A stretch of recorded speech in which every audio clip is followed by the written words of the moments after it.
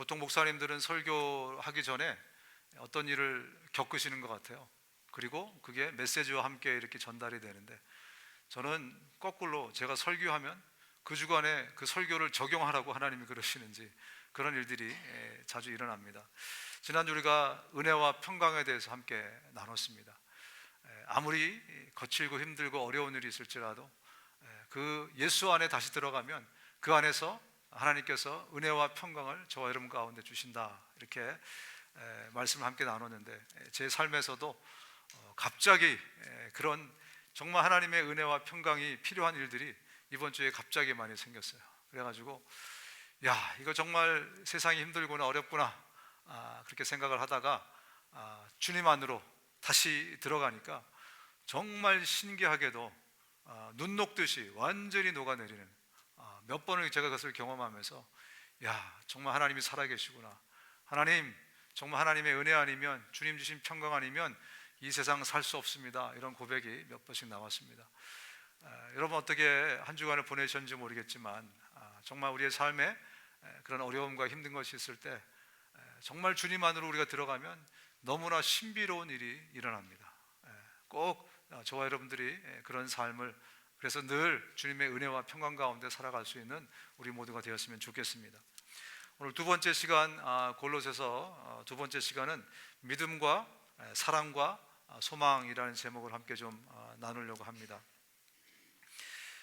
제가 얼마 전에 발레하는 사람들의 다큐멘터리를 우연히 본 적이 있습니다.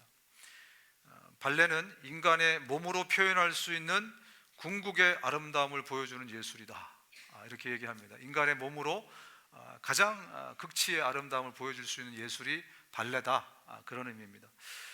저는 솔직히 발레 공연 전체를 보면 잘 이해를 못 하겠어요. 왜, 무슨 메시지로 어떻게 저런 게 이루어지는가. 그런데 각 개개인의 발레하는 사람들의 그 춤을 추는 그 모습을 보면 야, 정말 경이롭다, 이런 생각이 듭니다. 발끝으로 서서요, 그죠? 이 모든 체중을 발끝 하나에 의지해서 얼마나 괴롭겠습니까? 힘들겠습니까? 그런데 다 웃으면서 너무나 평안하게 멋진 몸짓으로 그렇게 표현해내는 것을 보면 야, 정말 멋지다. 근데 이 발레하는 사람들의 일과를 쭉 카메라가 따라가는데 보니까 하루에 2시간씩 여러분 뭘 하는지 아십니까? 똑같은 일을 매일같이 반복해서 기본과 기초 훈련을 계속 하더라고요. 발레를 10년 한 사람도 있고 한 18년 한 사람도 있고, 모든 사람이 하루에 똑같은 것을 반복합니다. 2시간씩 꼬박꼬박 기초를, 기본을 다지는 것을 계속 하는 것을 보게 됐습니다. 우리는 멋진 어떤 공연들, 퍼포먼스, 무대 위에서의 모습만 봤지만 그 뒤에는요, 피나는 그런 기초 훈련들, 기본 훈련들, 그런 게 있더라고요. 왜 이렇게 매일 해야 됩니까? 이렇게 물어보니까 아무리 재능이 뛰어난 사람도, 아무리 탤런트가 좋은 사람도 이거 하지 않으면요, 이렇게 멋진 작품을 만들 수가 없기 때문에 아무리 오래 한 사람일지라도 늘 기본 훈련, 기초 훈련을 우리가 하는 겁니다, 그런 얘기를 하더라고요. 바이올리니스트 정경화 씨 있잖아요, 그죠? 이분 보면은 어깨가 약간 좀 이렇게 이상하게 돼 있어요, 한쪽 어깨가. 우리 생각에는 세계적인 바이올리니스트니까 딱 이 바이올린을 잡으면 멋지게 막 곡을 막 처음부터 할 것 같은데, 이분 역시 하루에 몇 시간씩 계속해서 활을 켜고 활을 하는 기본적인 훈련을 한다 그래요. 이런 기초가 없이는요, 절대로 꽃을, 또 열매를 맺을 수가 없습니다. 우리 신앙생활도 마찬가지예요. 어떤 멋진 훈련이나 어떤 화려한 어떤 것을 우리가 쫓아가면 뭔가 대단한 열매를 맺을 것 같지만, 결국 돌아보면 우리의 신앙생활의 기본기, 기초, 이런 것이 든든한가, 이런 거에 의해서 우리 삶의 열매가 맺어지고 그리스도의 장성한 분량까지 이르게 되고, 바로 이런 것입니다. 오늘 여러분과 함께 나누려고 하는 것은요, 우리 그리스도인의 삶의 3대 기초, 기본 요소인 믿음과 사랑과 소망에 관해서입니다. 이것이 우리 안에 든든하게 자리 잡을 때, 뿌리 내리고 잘 자라갈 때, 그때 나 개인의 신앙생활도 성숙하게 되는 것이고 우리 공동체도 아름답고 귀하게 함께 자라가는 것입니다. 오늘 바울이 처음 이 본문을 시작할 때 감사와 함께 시작하지 않습니까? 에바브라에게 들으니까 너무 감사하다는 거예요. 뭐가 감사한가? 골로새 교회에서 들으니까 다른 건 모르겠지만 골로새 교회 교인들이 이 믿음과 사랑과 소망이 온전히 뿌리 내려서 이것이 잘 자라고 있다, 이 소식을 들으니까 이게 너무나 감사하다. 그래서 감사의 인사를 먼저 하면서 이 본문을 시작합니다. 오늘 이 메시지를 함께 우리가 나누면서 내 안에서도, 내 삶 안에서도 이 믿음의 또 사랑의 이 소망의 기본기가 잘 뿌리 내리고 있는지, 잘 자라고 있는지 한번 점검하고 체크하고 하는 그런 시간이 좀 되었으면 좋겠습니다. 데살로니가 전서를 보니까 이 골로새서와 똑같이 순서가 믿음과 사랑과 소망에 대해서 이야기하고 있습니다. 보통 우리는 믿음, 소망, 사랑, 고린도전서 때문에 그렇게 이야기를 하는데 두 군데에서 똑같이 순서를 조금 바꿔서 믿음을 먼저 얘기하고 소망을 얘기하고 사랑을 얘기하고 이런 순서로 갑니다. 우리가 데살로니가 전서 1장 3절을 같이 한번 읽어보겠습니다. 시작. 우리는 하나님 우리 아버지 앞에서 여러분의 믿음의 행위와 사랑의 수고와 우리 주 예수 그리스도께 둔 소망을 굳게 지키는 인내를 언제나 기억하고 있습니다. 그냥 믿음, 사랑, 소망 그러면 굉장히 브라드한데 이 데살로니가 전서는 조금 더 살을 붙여서 구체적으로 믿음에 대해서 얘기할 때 믿음의 행위란 무엇인가를 묻고 있습니다. 믿음의 행위라는 것은요, 믿는 대로 사는가, 이것을 묻는 것입니다. 믿음의 행위라는 것은 믿는 대로 사는가, 우리가 예수를 믿는데 정말 믿는 대로 내가 살고 있는가, 이것을 먼저 물어보는 것입니다. 믿는 대로 살면 믿음 안에서 모든 상황을 해석하게 되어 있습니다. 전에는 우리가 믿음을 갖기 전에는 안 그랬는데 이제 우리가 믿는 대로 사는 사람이 되면 믿음 안에서 우리 안에서 벌어지는 모든 일들을 해석하고 바라보게 되어 있다는 거예요. 아주 작고 소소한 일, 여러분의 삶에서 일어나는 아주 굉장히 작은 일부터 시작해서 어떤 큰 고난이 다가왔을 때라든지 아니면 어떤 내가 정말 감당할 수 없는 큰 폭풍 같은 일이 다가왔을 때 너무나 자연스럽게도 우리는 어떻게 이것을 해석하냐면 믿음 안에서 과연 하나님이 이것을 통해서 나에게 주시는 메시지는 무엇인가, 하나님이 과연 이 사건 가운데 어떻게 역사하시나 믿음의 눈으로 바라보고 믿음 안에서 그것을 해석하게 된다는 것입니다. 그렇기 때문에 이 믿는 대로 사는 사람들 앞에서는요, 행운이라는 단어가 없어집니다. 우연이라는 단어가 없어져요. 어쩌다 이런 말을 이제 안 쓰게 됩니다. 왜냐하면 우리 삶에서 일어나는 모든 일들이 하나님의 거대한 손에 그 힘에 의해서 움직인다는 것을 깨닫게 되기 때문에 그래요. 믿음 안에 살게 되면 하나님이 우리 삶을 주도하십니다. 예전에 그것을 몰랐는데 이제 믿음 안에 들어오면 그것을 우리가 발견하게 돼요. 그래서 이제는 내가 아니라 하나님 주도의 삶을 우리가 살아가게 되는 거죠. 제가 지난 주간에 룻기를 묵상하다가 다시 한번 깨닫게 된 것은요, 우연인 것처럼 보여지지만, 우리 삶에서 모든 게 우연인 것처럼 보여지지만 그 뒤에는 하나님의 거대한 손이 역시 작동하고 계시구나, 이것을 다시 한번 깨닫게 됐습니다. 룻기 2장에 보면 이런 본문이 있습니다. 룻이 가서 베는 자를 따라 밭에서 이삭을 줍는데 우연히 엘리멜렉의 친족 보아스에게 속한 밭에 이르렀더라. 지금 이방 여인 룻이 이제 시어머니 나오미를 따라서 이제 그 모압 땅에서 유대 땅으로 오지 않습니까? 유대 땅으로 오는데 두 과부가 지금 살게 됐는데 먹고 살 길이 없는 거예요. 그러니까 어떻게 합니까? 이제 남의 추수한 밭이라도 가서 거기서 떨어진 이삭이라도 주워 갖고 먹고 살자, 이러면서 룻이 그 밭에 가게 됐는데 어떻게 본문이 이야기합니까? 우연히 간 밭이 보아스의 밭이라는 거예요. 그러면서 본문이 이렇게 이어집니다. 마침 보아스가 베들레헴에서부터 와서 베는 자들에게 이르되 여호와께서 너희에게 함께 하시기를 원하노라 하니 그들이 대답하되 여호와께서 당신에게 복 주시기를 원하나이다 하니라. 지금 우연히 간 밭이 보아스의 밭인데 그때 마침 평소에는 안 오다가 추수가 어떻게 잘 되고 있는가 마침 왔는데 보니까 거기에 룻이 있었다는 거예요. 우연히, 마침 이런 것들이 계속 반복이 되지만 여러분 룻기서를 잘 묵상해 보시면 우리 모두가 깨닫는 게 한 가지 있습니다. 이것은 절대로 우연이나 마치가 아니다. 이것은 하나님의 거대한 손의 작동에 의해서 너무나 정확한 타이밍에 너무나 계획된 이 모든 것들이 이루어지는구나. 우리 인생 역시 믿음 안에 들어오면요, 우연히, 마치, 어쩌다가 이런 것 같은데요, 하나님의 거대한 손이 작동하셔서 우리의 삶이 움직여지는 것을 우리가 깨닫게 됩니다. 신약에서도 보면은 여러 많은 사건들이 있는데 그 중에 하나를 들자면 키 작은 삭개오가 예수님이 보고 싶은 거예요. 뭐 삶에 문제가 있는지 뭐가 있는지 모르겠지만 예수님이 보고 싶은 거예요. 그래서 막 달려나갑니다. 달려나갔더니 이미 군중은 여리고성 그 앞에 막 너무나 많은 사람들이 있는 거예요. 키가 너무 작으니까 예수님 볼 수 없는 거죠. 그래서 마침 보니까 저기에 뽕나무가 있는 거죠. 그래서 그런 뽕나무로 올라갑니다. 그런데 우연히도 예수님이 그 앞을 지나가시다가 이 뽕나무 앞에 와서 뭐라고 말씀하십니까? 삭개오야 내려오라. 우연히, 마치 뭐 이런 일들이 벌어진 것 같은데 여러분 복음서를 잘 보시면 이것은 절대로 우연이 아니었습니다. 하나님께서 모든 것들을 철저하게 디자인하시고 하나님의 타이밍에 하나님의 것을 하신 거예요. 삭개오가 그 뽕나무에 올라간 것은 우연히 거기 나무가 있어서 올라간 것이 아니었습니다. 예수님은 작정하시고 삭개오를 찾아서 그 타이밍에 오신 것을 우리가 발견하게 됩니다.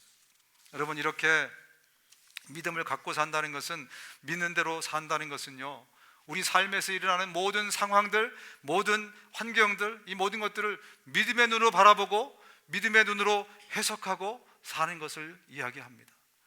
세상 사람들은 우리가 헛된 망상에 빠진 것이 아닌가, 저 저작자가 예수 믿더니 지금 헛된 망상에 아니면 착각에 갇혀서 사는 게 아닌가, 이렇게 이야기할지 모르겠지만 믿음 안에 사는 것은, 믿는 대로 사는 것은요, 너무나도 분명한 예수 그리스도 그분 안에서의 사는 삶인 것입니다. 저는 그래서 제 삶에서 어떤 일이 벌어질 때 결코 이것을 우연으로 그냥 넘기지 않습니다. 제가 지갑을 잃어버려도, 교통 순경에게 티켓을 떼어도 그 안에 하나님의 무언가가 있을 것이다. 나중에 보면 틀림없이 하나님의 거대한 손이 내 인생을 움직여가는 것을 제가 경험하게 됩니다. 믿음 안에 사는 것은요, 믿는 대로 사는 것은 이렇게 허상에 빠져서 사는 것이 아니라는 것을 우리가 기억했으면 좋겠습니다. 두 번째로 우리가 믿는 대로 사는 것은요, 믿음을 갖게 되면 우리의 영적인 새 감각들이 우리 안에서 돋아납니다. 그 얘기는 죽었던 우리의 영적인 감각들, 이 모든 것들이 전에는 죽었으나 이제는 새롭게 태어나고 새롭게 리바이브가 된다는 것입니다. 그래서 하나님의 임재를 우리가 그때부터 느낄 수 있게 돼요. 그때부터는 하나님의 음성을 들을 수 있게 됩니다. 하나님의 인도하심과 사랑을 경험할 수 있게 돼요. 저도 많이 강조하지만 여러분, 하나님과 동행하십시오, 주님과 동행하십시오, 많이 이야기하지 않습니까? 하나님을 느끼지 못하는데 어떻게 우리가 동행할 수 있겠어요? 하나님의 음성을 듣지 못하는데 우리가 어떻게 하나님과 동행할 수 있겠습니까? 그래서 우리가 믿음을 갖게 되면, 믿는 대로 살게 되면 하나님이 하시는 일이 뭐냐면 우리의 죽었던 영적인 감각들을 살아나게 하셔서 듣지 못하던 귀가 열리게 돼서 하나님의 음성을 듣게 됩니다. 예수님이 이 땅에 오셔서 병 고치고 이적을 많이 행하십니다. 소경이 눈을 뜨고 안지맹이가 걷고 문둥병자가 깨끗해지고 귀머리가 듣고 죽은 사람이 살아나고 가난한 사람에게 기쁜 소식이 전파된다. 예수님이 직접 하신 말씀이지 않습니까? 이사야서에도 예언된 말씀입니다. 여러분, 이 말씀은 단순히 당시에 돈이 없고 또 의사가 없어서 그래서 하신 말씀이 아닙니다. 그래서 사람들의 병을 고쳐준 게 아니에요. 이 안에는 놀라운 영적인 메시지가 담겨 있는 거예요. 이것은 굉장히 상징적인 거예요. 이것은 단순히 우리의 육체의 병을 고친 것이 아니에요. 만약에 예수님의 목적이 이 땅에 와서 육신의 병을 고치는 것이라면 1년 365일 동안 24시간 동안 계속해서 병자들을 고쳐야 돼요. 그런 예수님이 어떻게 하셨습니까? 중간에 하시다가 그만두십니다. 왜? 이것은 우리의 본질인 영혼의 눈을 뜨게 하고, 우리의 본질인 영혼의 귀를 열게 하고, 우리의 본질인 영혼을 살려내겠다는 그 메시지를 담고 있는 것입니다. 예수님이 육신을 고친 것은요, 우리의 영혼을 고치겠다는 거예요. 그래서 우리가 믿음을 갖게 되면, 믿는 대로 살게 되면 우리 안에 영적인 감각들이 살아나게 됩니다. 감각들이 살아날 때 우리는 이 감각들을 더 발달시켜야 됩니다. 그래서 처음에는 주님의 음성이 클리어하지 않게 들렸다가 나중에는 너무나도 분명하고 클리어하게 듣는 그런 상태로까지 가야 되는 것입니다. 몇 년 전에 제가 대학생들 수련회에 갔다가 내려놓음이라는 책의 저자 이용규 선교사님의 간증을 직접 듣게 됐습니다. 우리 교회에도 이용규 선교사님이 오셨다가 가셨다고 제가 얘기를 들었습니다. 그래서 제가 어떤 분에게 물어봤습니다. 오셔서 어떤 메시지를 전하고 가셨습니까? 그랬더니 그분이 머리가 나쁜 사람이 아닌데 기억력이 좋은 사람인데 오신 건 확실한데 무슨 메시지였는지는 아리까리합니다. 이렇게 얘기를 하더라고요. 그래서 제가 다시 한번 이용규 선교사님의 간증을 좀 나누려고 합니다. 제가 볼 때 그분은 정말 믿는 대로 사는 분 중에 한 사람이 아닌가. 그래서 이분이 내려놓음이라는 책을 내놨을 때 많은 사람들이 그 책을 읽고서 감동받은 이유가 정말 이 사람은 하나님이 말씀하시면 믿는 대로 그냥 사는 사람이구나. 바로 이 삶 때문에 우리가 감동받고 이게 베스트셀러가 된 게 아닌가 생각이 됩니다. 이분이 하버드를 졸업했을 때 뭐 창창한 미래가 앞에 놓여 있었지만 하나님이 너무나 클리어하고 분명하게 너는 몽골로 가라. 그래서 모든 것을 내려놓고 선교사로 몽골로 가지 않습니까? 몽골로 갔는데 얼마 있다가 거기서 또 하나님의 음성을 들려주십니다. 저기 북경에 코스타 대학 청년 집회가 있는데 그 집회에 가서 네가 말씀을 전하라는 거예요. 그 음성을 들었는데 이거는 너무나도 이해가 안 되는 하나님의 명령인 거죠. 왜냐하면은 그 당시에 중국이 춘절이었답니다. 춘절. 이 춘절에는 보통 기차표 하나를 살려면 이틀을 줄을 서야 되는데 자기가 지금 몽골에서 이 중국의 북경까지 가려면 표가 3장이나 필요하답니다. 어떻게 그걸 다 이 짧은 시간에 살 수 있겠는가? 더군다나 그 당시만 해도 무명의 선교사인데 내가 가가지고 그 유명한 집회에 가가지고 내가 말씀 전하겠다고 간증하겠다 그러면 누가 자기를 써주겠냐는 거예요. 그래서 하나님 이건 아니지 않습니까? 그런데 하나님이 너무나도 분명하고 클리어하게 빨리 북경으로 가라 이렇게 말씀하셨다는 거예요. 그래서 이분은 믿는 대로 사는 분이잖아요. 그래서 그 음성을 분명히 듣고 하나님 말씀하셨으니까 떠났습니다. 표를 어떤 우여곡절을 거쳐서 표를 구해가지고 도착을 하니까 집회가 다 끝나버렸어요. 끝나고 마지막 한 강의가 남은 것입니다. 마지막 강의. 그래서 강의가 시작되기 전에 자기가 이제 복도에 앉아 있었대요. 그랬더니 우연히 어떤 사람이 자기 앞으로 오더라는 거예요. 보니까 마침 자기가 아는 사람이라는 겁니다. 이 사람을 누구냐면 알고 보니까 코스타 전체를 다 기획하고 진행하는 사람이었던 거예요. 그래서 이 사람에게 이야기를 합니다. 제가 여차차에서 여기 왔습니다. 그래요? 그럼 잠시 기다리십시오. 그러면서 마지막 강의를 하는 목사님에게 가서 강의 시간을 좀 띄워달라 이래가지고 반씩 해서 자기가 거기에 올라가서 자기의 간증을 하고 내려왔답니다. 근데 마침 거기에 누가 있었냐면 규장이라는 출판사에 일하는 사람이 거기 있었던 거예요. 당시는 리더십이라는 이 탑픽이 굉장히 유행할 때였는데 이분이 자기한테 오더니 간증집을 내자는 거예요. 간증집을 내면 지금 팔리겠냐고. 모든 사람이 리더십에 대해서 막 관심이 있을 텐데 근데 간증집을 내자고. 그래서 간증집을 냈더니 아마 우리 대한민국에 엄청나게 많은 우리 기독교인들이 대부분 읽은 베스트셀러로 그렇게 만들어졌고 또 자기는 그 덕분에 사역을 오늘날까지 잘 감당할 수 있었다 이런 간증을 했습니다. 그러면서 간증의 말미에 이런 얘기를 합니다. 여러분이 하나님의 음성이 들리지 않는 이유는 들어도 100% 순종할 생각이 없는 사람이기 때문에 그렇습니다. 하나님이 음성을 들려주면 생각해 볼게요. 이런 사람에게 하나님의 음성을 들려주시겠냐고. 그죠? 하나님 음성 들려주시면 100% 들은 대로 믿는 대로 사는 사람이라면 하나님 음성을 들려주실 텐데 왜 여러분이 하나님 음성을 잘 못 듣는 줄 아세요? 여러분 하나님 말씀하시면 하나님 한번 생각해 볼게요. 이렇기 때문에 하나님이 음성을 들려주시지 않는다. 여러분 우리가 믿음을 가졌다는 것은요 우리 신앙의 기초는 이 믿음의 기둥은 뭐냐면 믿는 대로 사는 것입니다. 그래서 하나님이 말씀하시면 듣고 그대로 순종하고 그러면서 우리 안에 있는 영적인 감각들이 계속해서 발달되는 거예요. 그래야 하나님과 온전히 동행할 수 있는 그런 사람이 되는 것입니다. 왜 하나님이 멀리 계시는 것처럼 느껴지는가? 이 영적인 감각들이 계속해서 발달되지 않기 때문에 그렇습니다. 세 번째로 믿는 대로 산다는 것은요, 그동안 우리는 이 육신의 먹고 사는 문제가 너무너무나 중요했는데 믿음을 갖게 되면서 또 믿는 대로 살게 되면서 우리의 관심이 이 육신의 것보다는 영혼에 관한 것에 가게 되어 있다는 것입니다. 그래서 믿는 대로 사는 사람들은 이 세상에 머물고 있지만 이 세상에 속한 사람들이 아닌 것입니다. 우리는 이 세상에 머물고는 있지만 이 세상에 속한 사람들은 아니라는 것입니다. 이 세상 사람들은 여전히 지식과 재능과 힘에 의존해서 내가 하나님이 돼서 살아가는 사람들이지만 믿는 대로 사는 사람들은 이제는 그리스도가 주시는 그 은혜를 따라서 사는 사람들인 것입니다. 내 힘과 내 능력으로 사는 사람들이 아닌 거예요. 하나님이 주시는 그 은혜의 이슬을 먹고 사는 사람들, 그게 바로 믿는 대로 사는 사람들입니다. 우리가 왜 여전히 믿음 안에 들어와서도 혼란을 겪고 있는가? 여전히 세상의 방식대로 내가 살려고 그래요. 믿음은 있는데 믿는 대로 살지 않고 여전히 세상에 익숙한 내 계산과 내 경험과 내 걸 가지고 자꾸 살려고 그러니까 이 안에서 자꾸 우리 안에서 혼돈이 일어나고 있는 것입니다. 믿음으로 산다는 것은요, 믿는 대로 사는 거예요. 주님이 말씀하시면 듣고 순종하는 것이고, 가라 하면 가는 것이고, 서라 하면 서는 것이고, 내 계산과 내 것을 집어넣지 않는 삶을 이야기하는 겁니다.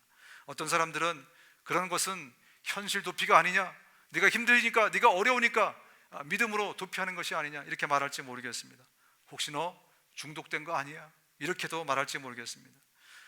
그릇된 낙천주의자가 된 듯 그렇게 우리를 손가락질할지 모르겠습니다. 아니면 운명론자가 된 것처럼. 그러나 여러분, 믿는 대로 사는 것은 온전히 하나님을 의존해서 사는 삶, 바로 그게 믿는 대로 사는 삶입니다. 하나님의 은혜의 이슬을 먹고 살아가는 사람. 그래서 여러분, 저와 여러분 모두가 다 알고 있지만 이 말씀을 저희가 함께 좀 읽어보면서 나는 지금 어떻게 살아가고 있나를 한번 비춰보는 시간이 좀 됐으면 좋겠습니다. 마태복음 6장입니다. 30절부터 34절까지 마태복음 6장 함께 읽겠습니다. 시작. 오늘 있다가 내일 아궁이에 던져지는 들풀도 하나님이 이렇게 입히시거든 하물며 너희일까 보냐. 믿음이 작은 자들아, 그러므로 염려하여 이르기를 무엇을 먹을까, 무엇을 마실까, 무엇을 입을까 하지 말라. 이는 다 이방인들이 구하는 것이라. 너희 하늘 아버지께서 이 모든 것이 너희에게 있어야 할 줄을 아시느니라. 그런즉 너희는 먼저 그의 나라와 그의 의를 구하라. 그리하면 이 모든 것을 너희에게 더하시리라. 그러므로 내일 일을 위하여 염려하지 말라. 내일 일은 내일이 염려할 것이요 한날의 괴로움은 그날로 족하니라. 아멘.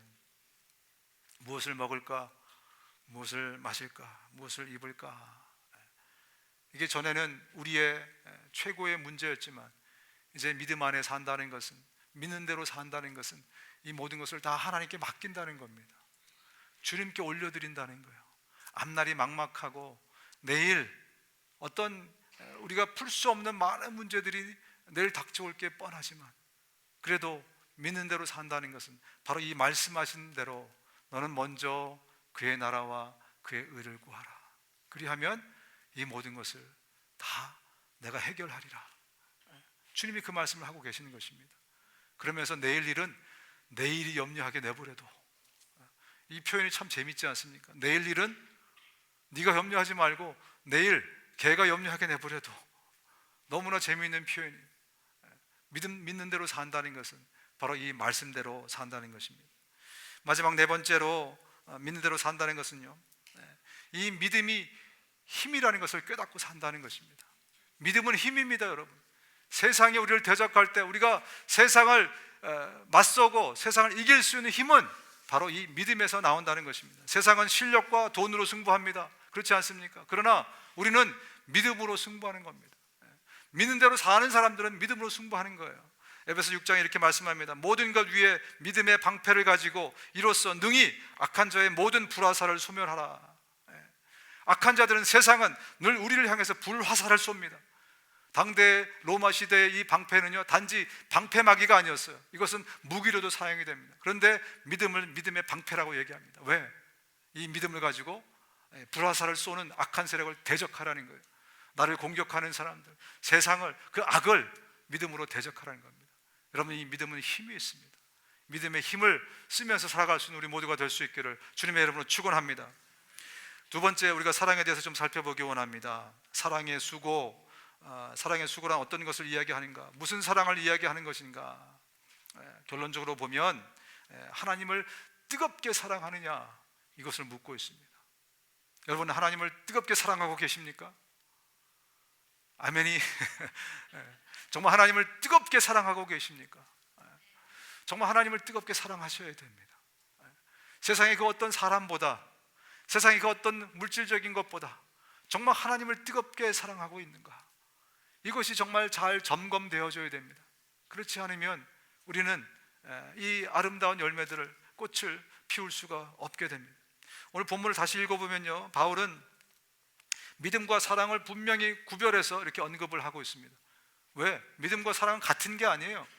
우린 믿음이 있으면 사랑이 있는 것처럼 생각하죠, 그죠? 사랑이 많으면 믿음도 있겠다 생각할 수 있지만 성경 곳곳에 바울은 이렇게 구별해서 이야기를 합니다. 디도서에도 보니까 늙은 남자로는 절제하며 경건하며 신중하며 믿음과 사랑과 인내함과 이렇게 구별을 하면서 바울은 이야기합니다. 만약에 오늘날에 누군가가 이 믿음의 편지를 쓴다면 이렇게 쓸 것 같아요.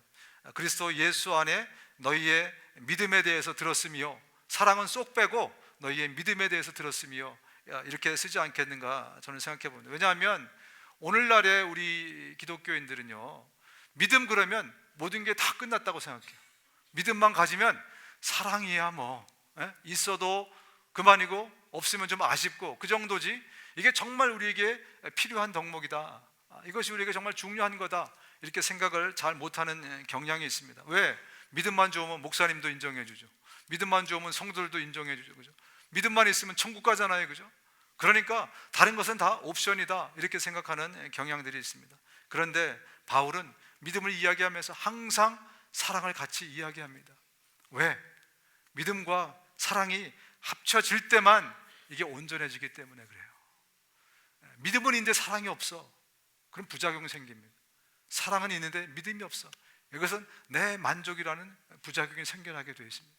그래서 바늘과 실처럼, 아니 아담과 하와처럼 다 온전한 존재들이지만 둘이 합쳐졌을 때 하나님이 더 아름다운 모습으로 보지 않습니까? 그렇죠? 그런 것처럼 믿음이 있고 사랑이 있는데 이것은 같이 합쳐져야 된다는 것입니다. 그래서 바울이 갈라디아 교회에게 이렇게 얘기합니다. 그리스도 예수 안에서는 할례를 받거나 안 받는 것이 문제가 되는 것이 아닙니다. 가장 중요한 것은 믿음이 사랑을 통하여 일하는 것입니다. 당신이 뭐 유대인이냐 이방인이냐, 할례 받았느냐 안 받았느냐, 부자냐 가난한 자냐, 이게 중요한 게 아니라 정말 중요한 것은 믿음이 있는데 이 믿음이 사랑을 통해서 일하는 것이 중요하다는 겁니다. 우리에게 믿음이 있지 않습니까? 그런데 믿음 좋은 사람들과 함께 지내다 보면 가끔씩 부작용이 생겨요. 뭐 때문에? 사랑을 통해서 일하지 않기 때문에. 믿음은 있는데 사랑을 통해서 일해야, 그래야 아름다운 하나님의 작품을 만들어냅니다. 이제 우리는 몇 주 안에 목장 모임을 시작하게 됩니다. 그동안 방학을 오래 했는데 이제 몇 주 안에 다시 목장 모임을 시작하게 될 것입니다. 이 목장 모임은 우리가 정말 한 주간을 살아가면서 우리 안에 많은 그 고통과 아픔과 어려움과 이 모든 것들을 정말 함께 쏟아놓고 같이 기도하고 같이 위로하고 같이 격려하고 좀 그런 목장 모임이 좀 됐으면 좋겠습니다. 그전에는 뭐 주식이 어떠냐, 뭐 부동산이 어떠냐 이런 거 갖고 교제했지만 이제 이 새로운 목장 모임에서는 정말 하나님의 말씀을 앞에 두고 그 말씀 앞에서 하는 영적인 교제, 진짜 성도들만이 할 수 있는 그 교제가 목장 모임 안에서 계속해서 일어났으면 좋겠습니다. 그래서 이것을 위해서 우리가 이번 주에 우리 목자들이 또 수련회를 가는 겁니다. 그래서 여러분들 계속해서 목자들을 위해서 좀 기도해 주십시오. 특별히 기도해 주실 것은 우리 목자들이 정말 이 사역을 잘 감당할 수 있게 물질적으로도 어렵지 않게 도와주십시오. 건강하게 도와주십시오.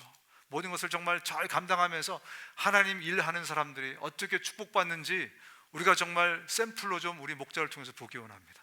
예? 그래서 정말 힘든 사람들도 목자하면 정말 하나님의 복을 막 부어주시는 이런 것들을 좀 경험하고 좀 이렇게 되도록 여러분들이 기도해 주시길 좀 부탁드립니다.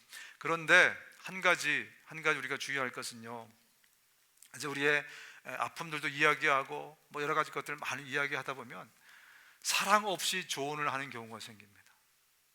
믿음이 사랑을 통해서 일을 해야 되는데 사랑을 담지 않은 어드바이스, 이것은 오히려 상대에게 더 큰 상처를 줄 수가 있다는 거예요. 그래서 우리는 정말 또 사랑 없는 행동, 이것은 오히려 상대를 더 아프게 할 수 있다는 것을 꼭 기억했으면 좋겠습니다. 믿음은 언제나 사랑을 통해서 일해야 됩니다. 그런데 여러분, 이 사랑은 인간의 사랑이 아닙니다. 우리 인간은요, 내 사랑으로 하면 이것은 이기적인 사랑이기 때문에 오히려 역효과가 나타납니다. 이 이기적인 사랑을 가지고 사랑하게 되면 역효과가 나타나요. 우리는 하나님의 사랑으로 사랑해야 된다는 거예요. 그래서 내 안에 하나님의 사랑이 충만하지 않으면 우리는 늘 관계 가운데 문제가 생겨나게 되어 있습니다. 정말 이웃을 진심으로 사랑할 수 없게 되는 것입니다. 선다싱이라는 인도의 유명한 선교사가 있습니다. 이분이 이렇게 그리스도인이라는 정의를 내립니다. 그리스도인이란 그리스도와 사랑에 빠진 사람입니다. 선다싱이 내리는 그리스도인에 대한 정의는요, 그리스도인이란 그리스도와 사랑에 빠진 사람. 여러분, 참 그리스도인이십니까?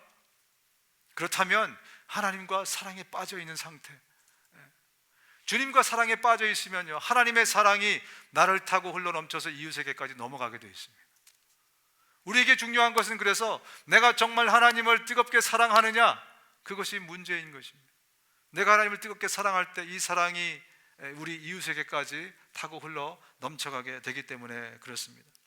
이 선다싱이 그에 대해서 기록한 책을 보게 되면 이런 이야기가 나옵니다. 선다싱이 어느 추운 겨울날 폭풍과 막 폭설이 막 휘몰아치는데 이제 저기에 있는 티베트 고원을 넘어서 수도원까지 가게 됩니다.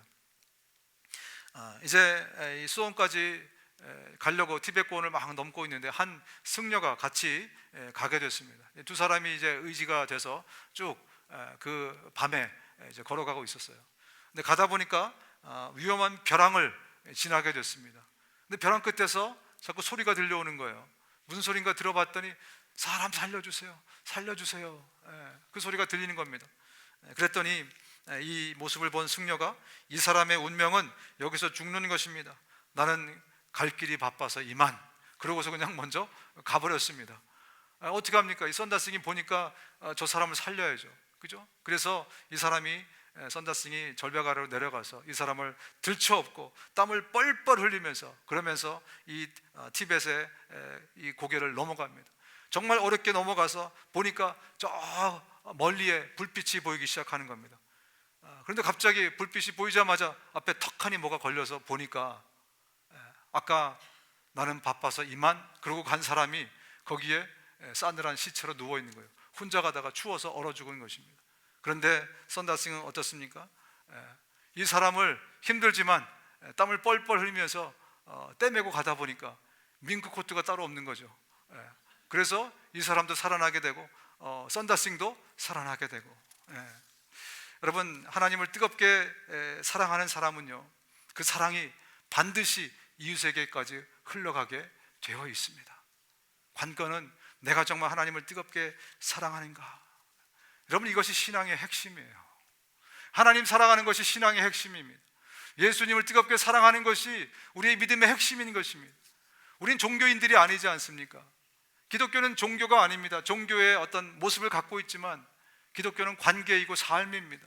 이 가운데서 내가 정말 하나님을 뜨겁게 얼마나 사랑하고 있는가, 이게 믿음 좋은 사람이고 믿는 대로 사는 사람인 것이고 정말 튼튼한 기초를 가지고 살아가는 사람입니다. 우리가 사랑할 대상이 세상에 정말 널려 있습니다. 어떤 사람은 그 잘못된 대상을 선택해서 거기에 중독이 되고 거기에 빠져 있지만 하나님께 저와 여러분을 은혜해 주시지 않았습니까? 그래서 우리가 바른 대상, 그리스도를, 하나님을 사랑할 수 있는 이 삶을 주셨는데, 여러분, 주님을 뜨겁게 사랑하십시오. 이번 한 주간도 정말 내가 주님을 뜨겁게 사랑하는지를 체크하고 점검하면서 좀 살아갔으면 좋겠습니다. 마지막으로 세 번째 기둥입니다. 세 번째 기초입니다. 예수 그리스도께 둔 소망. 어떤 소망을 이야기하고 있는 것인가? 하늘나라에 대한 확실하고도 분명한 소망을 이야기하는 것입니다. 여러분, 하늘나라에 대한 확실하고도 분명한 소망을 가지고 살아가고 계십니까? 오늘 본문으로 돌아가면 너희를 위하여 하늘에 쌓아둔 소망으로 말미암음이니 곧 너희가 전에 복음의 진리의 말씀을 들은 것이라. 여러분, 예수님은 이 땅에 오셔서 세상을 개혁하려고 하지 않으셨습니다. 세상을 변혁시켜서 딴 세상으로 만들려고 하지 않으셨습니다. 바울도 이 세상의 부조리나 어떤 노예제도라든지 우리가 봐서 야, 저거는 아니지 않는가, 그런데 그것을 바꾸려고 하지 않았어요. 왜 그런지 아십니까? 예수님이 이렇게 말씀하셨기 때문에 그래요. 내 아버지 집에 거할 것이 많도다. 그렇지 않으면 너희에게 일렀으리라. 내가 너희를 위하여 거처를 예비하러 가노니 가서 너희를 위하여 거처를 예비하면 내가 다시 와서 너희를 내게로 영접하여 나 있는 곳에 너희도 있게 하리라. 우리의 종착역은 이 땅이 아니기 때문에 그렇습니다. 우리의 본향은 이 땅이 아니기 때문에 그래요. 주님께서 우리의 본향을 준비하고 계시기 때문에 우리 이 세상을 바꿀 사람들이 아니라 저 본향을 준비하면서 가는 사람이 되어야 되는 것입니다. 어제도 제가 제 딸과 함께 이렇게 산책을 하는데, 얘가 지금 대학생이라 19살인데 인생이 뭐가 그렇게 어려운지, 아빠 정말 세상은 살기 힘든 곳이지, 정말 세상은 어려워, 왜 이렇게 문제투성이야, 역시 세상은, 이 땅은 천국이 아니야, 우리는 천국에 소망을 둬야 돼, 이러면서 저에게 설교 비슷하게 자기 얘기를 하더라고요. 19살짜리가 뭐 그렇게 세상이 어렵다고. 여러분, 39, 49 혹은 89이 돼도 세상은 여전히 어렵지 않습니까? 세상에 소망을 두면 안 됩니다. 세상은 우리의 종착역이 아니기 때문에 그래요. 우리의 시민권은 하늘에 있는지라 거기로부터 구원하는 자 곧 주 예수 그리스도를 기다리노라. 우리가 소망할 것은, 바라볼 것은 그래서 저 천국, 저 하늘이 되어야 된다는 것입니다. 그래서 천국에 분명한 소망을 두고 살아가는 사람들은 세상을 다르게 살아갑니다. 그 사람들은요, 죽을 때도 정말 평안한 상태로 죽습니다. 저 천국의 소망이 분명한 사람은 죽을 때도 정말 때깔이 고와요. 돌아가실 때도 얼마나 평안한 얼굴을 하고 돌아가는지 모릅니다. 왜? 저 하늘에 대한 소망이 분명하기 때문에 그렇습니다. 성경 곳곳에 저 천국의 소망을 두고 살아가는 사람들의 삶이 어떤지를 보여주는 그런 장면들이 있습니다. 사도행전의 한 가지를 소개하자면 사도행전 12장입니다. 얼마 전에 야고보가 사형을 당했습니다. 근데 이 헤롯이 야고보를 죽이고 나니까 자기 인기가 너무 올라가는 거예요. 야, 야고보를 죽였더니 저 유대인들이 이제 나를 왕으로 막 추대하는구나, 막 대접하는구나. 그래가지고 두 번째 계획이 뭐였냐면 베드로를 잡자. 이번에는 베드로가 리더니까 베드로를 잡아 죽이면 내 인기가 더 올라갈 것이다. 그러면서 베드로를 잡았습니다. 이 기세라면 베드로가 잡혔는데 내일이면 틀림없이 사형을 당하게 됩니다. 근데 본문이 이렇게 기록하고 있습니다. 헤롯이 잡아내려고 하는 그 전날 밤에 베드로가 두 군인 틈 사이에서 두 쇠사슬에 매여 누워 자는데 파수꾼들이 문 밖에서 옥을 지키더니 호련히 주의 사자가 나타나며 옥중에 광채가 나타나며 또 베드로의 옆구리를 쳐 깨워 이르되 급히 일어나라 하니 쇠사슬이 그 손에서 벗어지더라. 베드로를 어떻게 깨웠다고요? 쳐 깨웠대요. 쳐 깨웠대요. 뭐 먹어 안 하고 쳐 뭐 이렇게 하잖아요, 그죠? 그런 것처럼 표현이 정말 굉장히 이렇게 감칠맛 나요. 쳐 깨웠다. 얼마나 꿀잠을 자고 있었으면, 그죠? 베드로는 틀림없이 내일이면 사형대 이슬로 죽게 되어 있습니다. 근데 그것을 틀림없이 아는 베드로가 어떻게 이렇게 그 상황 앞에서 꿀잠을 잘 수 있었냐는 거예요. 왜? 무엇 때문에? 그는 틀림없이 야고보 좀 있으면 보자. 야고보 좀 있으면 내가 너를 만날 것이니까. 그는 천국에 대한, 저 영원한 하늘나라에 대한 분명한 소망이 있었기 때문에 그렇습니다. 온 교우들이 기도했거든요. 베드로 좀 살려주세요. 그러나 베드로는 정작 베드로 자신은 이 상황에서 꿀잠을 잘 수 있었던 이유, 분명한 천국에 대한 소망 때문에 그렇습니다. 우리는 땅에 있는 우리의 육체의 집이 무너지면 사람의 손으로 지은 것이 아닌 하나님이 지으신 하늘의 영원한 집을 소유하게 될 것입니다. 아멘. 만일 그리스도 안에서 우리가 바라는 것이 다만 이 세상의 삶뿐이면 모든 사람 가운데 우리가 더욱 불쌍한 사람일 것이다. 우리에게 부활의 소망이 없다면, 저 천국이 우리를 기다리고 있지 않다면, 우리 기독교인들보다, 예수 믿는 사람들보다, 믿는 대로 사는 사람들보다 더 불쌍한 사람이 어디 있겠냐는 거예요. 여러분, 분명한 천국의 소망을 가질 수 있기를 바랍니다. 이 소망을 붙들고 살아가면 우리의 삶의 계획이 달라질 것입니다. 세상을 나그네처럼 살 수 있도록 이번 한 주간도 이 세상이 나의 종착역인 것처럼 살지 마시고, 성경이 말씀하는 거지 않습니까? 우리의 종착역은 바로 적이라는 것을 분명히 붙들고 살 수 있는 우리 모두가 될 수 있기를 주님의 이름으로 축원합니다.